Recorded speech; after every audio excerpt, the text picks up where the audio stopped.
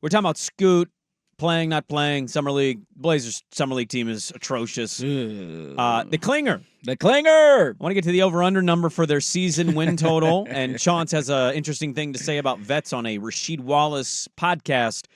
What were your thoughts on debut one of Donovan Clingan against the Spurs? They play tonight. What were your thoughts on his first performance? I think it connects a little bit back to the segment we just did. It would have been really nice to see him play with a competent guard that could have set him up with some better looks offensively, could have helped him a little bit just with spacing, taking advantage of some of the nice screens that he set. All in all, I wasn't really surprised by anything that we saw. I mean, he had an off-shooting night. I was glad that he was taking wide-open threes. This is Summer League. It does not matter. It's meant to get better in practice. And so if nobody's guarding you and you're open, dude, fire away. Take 7 of them a game. I don't care. The air ball was tough. The air ball was tough. I will grant you that the air ball. But the first one, rattled in and out. He almost made the first one. And so he showed he's got a little bit of touch. I hope he keeps jacking it up. There's only 2 guys that are worth watching on this team anyway. So I hope he takes all the shots. Rough offensive night. But again, I think that goes to some of it not having a guard out there with him. I thought defensively he looked big, strong, physical like we thought. 5 blocks. 5 blocks was awesome to see. He was great on the glass. He didn't seem like the kind of guy that was going to have, I don't know what his final foul number was. I think he ended up almost fouling out. I don't know what the summer rules are, but he didn't seem like the kind of guy that's just going to needlessly foul. He didn't strike me as that, at least in game 1. So I thought defensively, a lot of positive marks. Offensively, he struggled, but it's going to happen, and the rest of the team around him sucks, and he's not getting a lot of help. Yeah, the 5 blocks was nice to see, and I thought he disrupted more than just the 5 blocks that he had. I think he had 6 to 8 personally that I thought he affected the shot. Rebounding was good. He did have some moments where he's a little out of position. I also thought some of the glass stuff, again, I think part of what you have to do is evaluate him and then also look around him. How many 7-footers are out there? The Spurs were a smaller-ish team, but it just felt like every other Spur player was given leeway to the glass or got by their person, and so he's stuck in no man's land. Right, be the rebounder. Rough offensive showing. I think we saw why a lot of the notes were still really raw there. Mm-hmm. Nice little turnaround jump hook with the left, but the air ball 3, missed a couple bunnies. That happens. I'm not overly concerned about his offensive output yet. I just wanted to see somebody look solid defensively and go out and crash glass, and I thought he did that.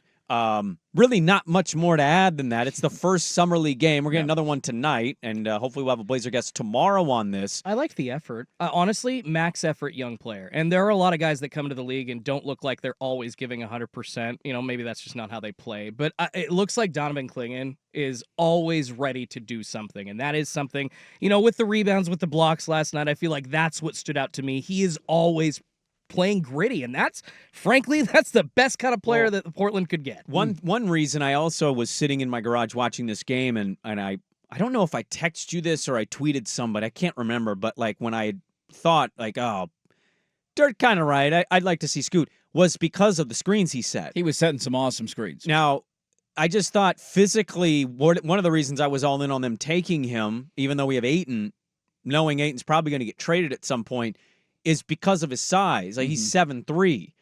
That's not small, and so that screen setter is going to do benefits, or at least it should, for a guy like Scoot. Now, Scoot's going to have to hit jump shots. That's going to be a big part of his game. But also, on the rolls, I thought he had 4 or 5 where I'm give him the ball. Go. Give it to him. Yeah. And the person, Chris Murray had 2 possessions, and Chris Murray got off to a good start. Didn't look at him. I don't know some of the other guards' names. I'm blanking, but there were a couple awful guards just not throwing lobs, or if they did, they were just terrible lob passes. And I'm just these are opportunities that a guy like Scoot could reward him with on some of these screens, or pull around and get clean looks on jump shots. So I thought all in all, good, not amazing, raw offensively, but kind of what we expected defensively and what we should come to expect on the glass. I thought it was pretty funny that he plays one Summer League game and it almost sums up who he is as a prospect. A guy who is, you can tell immediately his size and the impact that his size will have. 5 block shots was great, to your point, probably affected more. Really good on the glass and would have been even better if he had some help from some teammates on the glass. Great on that end of the floor, incredibly raw on the other side of the floor. And what did we all talk about on draft night and leading into the NBA draft? What was he? Dominant defensively. They feel like there's a lot of potential there offensively, but it's clearly not there yet because he just wasn't asked to do a lot of that at UConn. He didn't have to. They wanted him to be the anchor of the defense, and so that's just going to come about a little bit slower. And it's why I think when he was drafted, a lot of people viewed it as this is it's a perfect backup center spot from the beginning. He clearly does not have the offensive game that DeAndre Ayton does yet. Ayton will not be in Portland long. Is it one more year? Is it the deadline? I don't know, but you bring him along slowly. The other thing that I'm going to circle and watch, just because I was curious, because I know we talked about it when he was selected, he only played, I want to say, in his second year at UConn, like 22 minutes a game. He was a 20-minute-a-night guy. And that was one of those like, all right, let's just see. I know he was injury stuff, and you don't want to overuse him, and they were smart with that, and just how that he played almost 27 minutes in the first summer league game. Fine. He looked fine. Didn't seem to be winded or tired by the end of it. I mean, I didn't watch all the way till the end like you did. I pulled the chute in like the third quarter. But just watching how many minutes he plays and what those numbers look like, and if he's able to kind of handle that over a very small sample size is another thing that I'm circling. Well, you talked about vets. They have a vet in front of him. DeAndre Ayton is the starting center. Chauncey Billups was on the Rasheed Wallace podcast, and he talked about the need for vets on a team. That was really when kind of the league changed to me, and it really hurt the league, and it hurt the young guys. When those backups, I don't know, Kevin Ollie's and Jacques Bonds and T. Lou's and all of those veterans. 10-plus year guys. That, like, they're not there to really play and carry the team, but they there to raise them young pups. Yeah.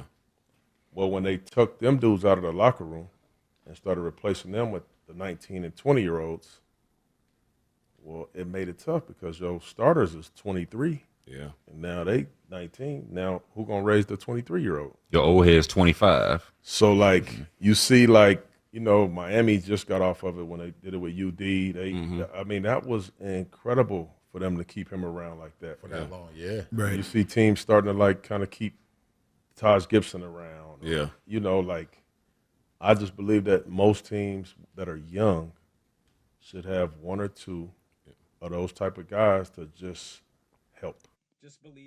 Just believes that vets should be on a roster. Taj Gibson, I think, just signed with the Hornets. The interview is interesting. He, like, doesn't talk into the mic, so, like, half his answers, you can barely understand what he is saying. I had this cranked up in my car. Trying to what are listen you to it. saying right now? Oh, podcast. Speak up, please. Well, no, it's more Talk Chauncey, into like, the microphone. You know, you can't talk away from the mic. No, but that they don't have a producer that's saying, "Hey, Chauncey, could you please get over Literally here?" just put the I'm gonna mic do in my your updates face. from back here for the rest of the show. We'll see what they do with Ayton, but he is a believer in it. He had talked about how he's changed what he thinks wins and losses are. They're not actual categories. They're in different ways of winning and losing. Ah, yes. Their over-under is 22.5 in Vegas. It is the third worst. Yes. They're tied for the third worst Let's go, over-under baby. in the NBA next year. So Chauncey will not be counting a lot of dubs, I think, in the win category. Are we hitting the over or the under here? Because right now, today as it sits in July, they still have got Grant, D.A., Ant Simons. Where are we at on the over-under 22.5? Well, I thought that was an interesting quote to pull because I think it, again, signifies just this weird situation we're in where a GM is clearly tanking and all in on that. A coach wants to win because he's worried about getting another head coaching job, and I totally understand where Chauncey's coming from. But just remember that clip, if a Grant trade goes down, if an Anthony Simons trade goes down, and what veterans would be left on your roster at that point. DeAndre Ayton and Robert Williams, would that be it? Am I missing anybody? Any other vets? That would be it, right? That's it, yeah. And then Ayton would probably get traded. I would hope Robert Williams would get traded because we got 3 centers, so we might be heading into a camp. They might play Robert Williams very limited minutes in hopes that he stays healthy, and then the team comes calling for, hey, here's some seconds. Thank you. If he has one good game, I think we wrap him in bubble wrap and don't let him play the rest of the year. But again, he's the last Dame trade thing, right? Am I wrong on that? I'm trying to think if we... Because Malk's gone. Yeah. So, like, once he's gone, we can calculate the total dealings of the Dame trade? I believe so. Okay. I believe you were correct on that. And the Drew Holiday off spin and all that, because that was all tied together. So I just, interesting messaging once again about young guys playing or not playing. But I would take the under. I think they understand. They have to hit the under this year, man. They understand the assignment. Well, they went 21 last year. So, I mean, they won 21 games last year. They hit the under last year. Now, they did have a lot of vets get hurt, and they ended up sitting them at the end. But I mean, he had a line in that podcast too about how he was happy for Malcolm Brogdon and he wanted to play. He wanted to start Malcolm Brogdon because he was the best point guard on the team last year. But he said I had to play Scoot and I had to play Anthony, which is kind of a weird line about Anthony. Kind of a little shot at Ant there. A little bit of a shot, but definitely a shot at Scoot of like I had to play Scoot. They didn't want me to bring the young guys along, but it's like yeah, that's the whole point of the situation we're in. We're gonna go to Mike Borman here in Cleveland because the Guardians took Bazana #1. He's got a definite feel of when this does end, he is going to discuss some of it. And a tell-all interview. I don't think he'll be mean. I don't think he overly attack Joe, but he has dropped little nuggets here and there, and I think there's a podcast interview to be done once he is gone that basically says, I wasn't allowed anything, and we weren't trying at all, and my voice didn't matter, and it was clear that it was going to end at some point, and it ended. Like I'm not going to be surprised one iota if that happens. He's going to have to do that because he wants another head coaching job at some point. And based off of this head coaching record, he is not going to get one, and so he's got to defend that. We'll see what game 2 for Donovan Clingan and the Blazers. It's a rough watch, that team, but at least you got the Klinger, I guess, to watch. Other summer league dealings as well.